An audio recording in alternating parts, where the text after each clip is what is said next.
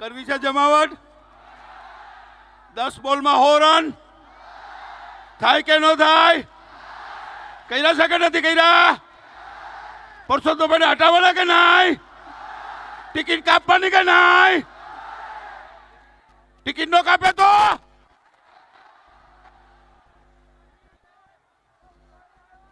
Ticket કાપશે કાપશે. સરકાર નહીં કાપે એ સાંભળો, એ શાંતિ રાખો. નકર હું બોલી કેમ હકીશ? મારે ખરેખર આ 10 બોલમાં જ 100 રન કરવાના છે. ટાઈમ ઓછો છે, ઘણા બધા વક્તાઓ છે, એટલે છેલ્લે આ મેચ હારવાની વાત ન આવે. પણ પીટી જાડેજા 10 બોલમાં 100 રન કરીને બતાવે છે. તો ઘણા શંકા કરે કે બાપુ બધા ચોક્કા મારો તો 40 થાય, છક્કા મારો તો 60 થાય. અરે હું 3 લેવું, વ્હાઈટ બોલ ને 4 લેવું, નો બોલ ને 17 છક્કા મારું, 17 છક્કી લંતર છો તો કે આઉટ ન થાય? મેં હું જેઠવાનો જમાઈ છું, એટલે હનુમાનજી નો વંશના. તો હનુમાનજી ના જમાય તો હનુમાનજી મારા મામા છે. હનુમાનજી ને કહું કે અમ્પાયર ની આંગળી ઉપર બેસી જાય, ની આંગળી ઊંચી ન થાય, નું આઉટ ન થાવ. એટલે પીટી જાડેજાને આઉટ કરવા કોઈ સામાન્ય બાબત છે? તો કેદું નો આઉટ થઈ ગયો. મારા જાત જાતની વાતો કરતા હોય ને, પણ મેં તમને કાયમ માટે કીધું છે કે આ રાજપૂતોનું રણ મેદાન છે, આ રાજપૂતાણીનું રણ મેદાન છે. આ મેદાન જે છોડે, જેનો બાપ ફરે એની વાત ફરે. એ ક્ષત્રિય છું હું, ડરતો નથી, નિડર છું. ડરતો તો છોડી દીધું હોત. મેં સમાજમાં ગાળો ખાધી છે. ટુકારો દેવી કોઈના બાપની તાકાત નથી. 25 વર્ષ દબંગ હતો અને અત્યારે ક્ષત્રિય સમાજનો દબંગ જ છું. જો હું ડરતો હોત તો 10 ફરિયાદ કરી શકતો હોત. પરસોત્તમભાઈ કરતા મને પોલીસ રક્ષણ વધારે મળ્યું હોત. અરે ક્ષત્રિયનો દીકરો રક્ષણથી જીવે, પોતાનું રક્ષણ ન કરી શકે, એને સમાજ સેવાનો કરવાનો કોઈ અધિકાર જ નથી. ભગતસિંહે વિચાર્યું હોત કે મને ફાંસી થશે તો ભગતસિંહ મૂછે હાથ નો દીધો. તો આ તો પીટી જાડેજાની મૂછે તો સબ કુછ છે, મૂછ નહીં તો કુછ નહીં. જન્મ ને મૃત્યુ કોઈના હાથમાં નથી. માં ભગવતીને આપણે પ્રાર્થના કરી છે કાયમ માટે. અત્યારે તો હું નોરતા રહું છું, અનુષ્ઠાન છે, છતાં મારી સ્ટેમિના જો. આજે તો મને આનંદ થયો કે મારી 65 વર્ષની ઉંમરમાં આટલો ક્ષત્રિય સમાજ મેં કોઈ દી નથી જોયો. આજે મને પાણી ચડી ગયું.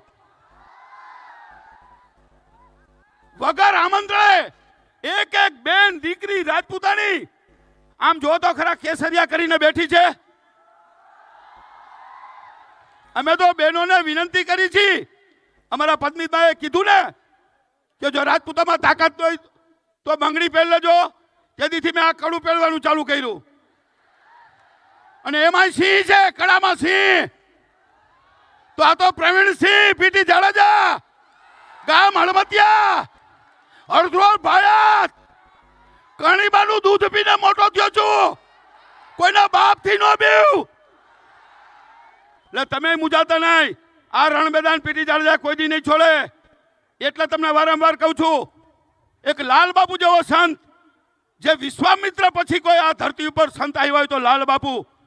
એ લાલ બાપુને મને 3 વાર બોલાવ્યા. ત્યારે મેં બાપુને વિનંતી કરી કે તમે પરસોત્તમભાઈને આશીર્વાદ આપો કે એની પાછી ખેંચી લઈએ. સંતોની વાતો કરે, મહંતોની વાતો કરે. અરે બાપુ અમારી વાત ના સાંભળે? બાપુએ 3 વાર બોલાવ્યો છે. વળી કાલ તમને ખબર પડે કે પીટી જાડેજા બાપુ પાસે ગયા હતા. અરે આપણે તો છાતી ઠોકીને કહી શકીએ કે અમે તો બાપુ છીએ. આપું છું એટલે બાપુ છું. અમે લીધું નથી, અમે ભીખ નથી લીધી, અમે ભિખારી નથી, અમે માગી નહીં. અમારી અત્યાર સુધીની સહન શક્તિ તમે જો. આટલા અન્યાય થવા છતાં કઈ માંગ્યું જ નથી. અને આજ પણ કઈ નથી માંગ્યું કે અહીંયા તમે ટિકિટ આપો, આપણે તો વારંવાર કીધું છે, કોઈ પણ પાટીદારને ટિકિટ આપો, પાટીદારની બેનને ટિકિટ આપો. અમારી આ રાજપૂતાણી છે ને એને ચૂંટાવી દે જંગી બહુમતીથી. તો જ્યારે ખરેખર તો હું આભાર માનું છું પરસોત્તમભાઈનો કે આ 75 વર્ષની અંદર આટલી સંખ્યા. એક મારા મિત્ર હતા, પાટીદાર મિત્ર વિઠ્ઠલભાઈ રાદડિયા, એનો આ રેકોર્ડ તોડી નાખ્યો. અને એના પુત્ર જયેશભાઈ પણ મારા મિત્ર છે, મારા પાડોશી જ છે, મારા ભાગીદારો બધા પાટીદારો છે. ઘણા મને જાત જાતથી ડરાવે, આમાં આમ થશે તેમ થશે, ફલાણું થાય દીકડું થાય. અરે એ બધું મેં વિચાર્યું હોત તો મેદાનમાં હોત.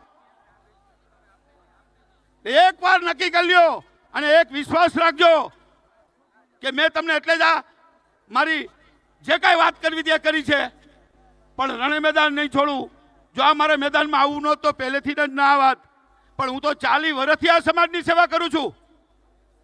એટલે આપણો ટાઈમ 5 થી 7 નો હતો. તમે જો અત્યારે સંખ્યા ગણી ન શકાય, મીડિયા છે જ આટલા બધા, આપણે કહેવું જ નહીં પડે કેટલી સંખ્યા છે. હજી તો 5-5 કિલોમીટરની લાઈન આમ બેડી સુધી. આ બાજુ જો, પેલી બાજુ જો. તમારી જમવાની પણ વ્યવસ્થા કરી છે. જે જામનગર બાજુ જાય એને હળમતિયા સણોસરના પાટિયા પાસે, મોરબી અને ઝાલાવાડમાં જાય એને અહીંયા ટંકારા પાસે. એટલે આપણે તો તમે વિચાર કરો કે આજે 42 ડિગ્રી હોય એની બદલે સૂર્યનારાયણ ભગવાન પણ કોપાયમાન ન થયા, ઉલટાના આમી છાટણા કર્યા.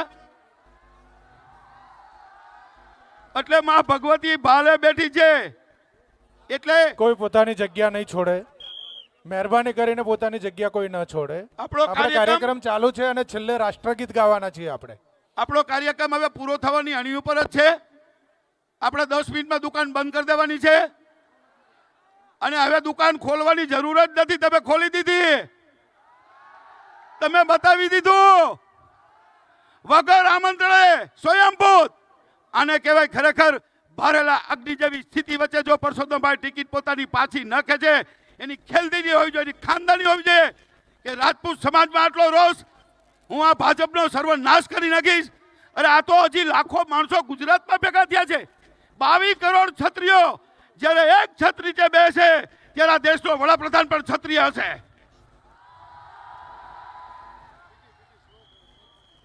અને 75 લાખ રાજપૂતો તો અહીંયા છે. તો તમે આજ જે રીતે ભેગા થયા છો એ રીતે સંગઠિત રહેજો. સંગઠિત થવાનું સરસ મજાનું પ્લેટફોર્મ મળી ગયું અને કાયમ માટે આપણે આવી રીતે રહેશું તો આપણો અવાજ સાંભળશે ને કે નહીં સાંભળે.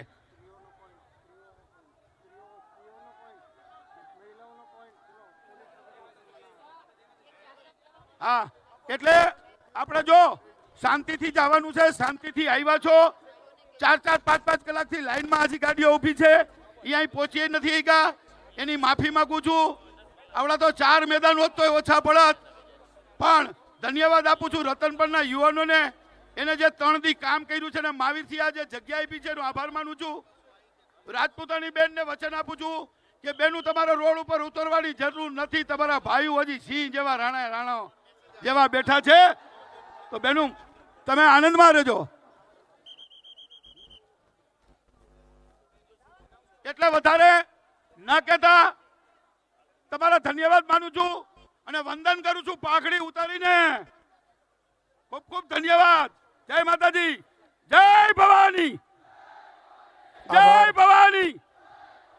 બોલો આશાપુરા માત કી, છાત્ર ધર્મ કી, રાજપૂતાણી કી. આભાર.